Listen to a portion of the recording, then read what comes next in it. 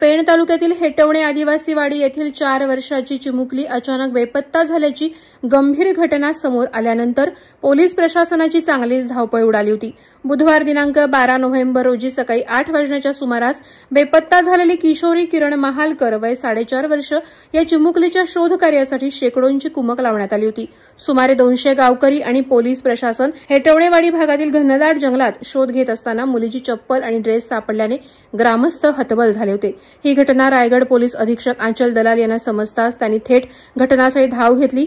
Police प्रशासन, CRP, QRT, श्वान पथक, खोपोली बचाव पथक आणि ग्रामस्थांच्या अथक प्रयत्नांनंतर अखेर यश आलं। तब्बल 48 तासानंतर 14 नोव्हेंबर रोजी ही मुलगी घनदाट जंगलात सुखरूप सापडली। घटनास्थळी डॉक्टरांना बोलावून तिची प्राथमिक तपासणी केल्यानंतर तिला पेण उपजिल्हा रुग्णालयात नेण्यात आलं।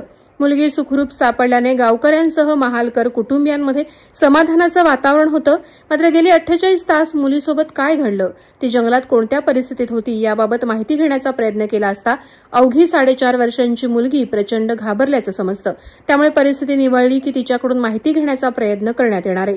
या प्रकरणाचा अधिक तपास रायगड पोलीस अधीक्षक आंचल दलाल, अप्पर पोलीस अधीक्षक अभिजित शिवथरे यांच्या मार्गदर्शनात पेणचे पोलीस निरीक्षक संदीप बागुल करत आहेत। वादळवारा लाईव्हसाठी किरण बांधणकर, पेण।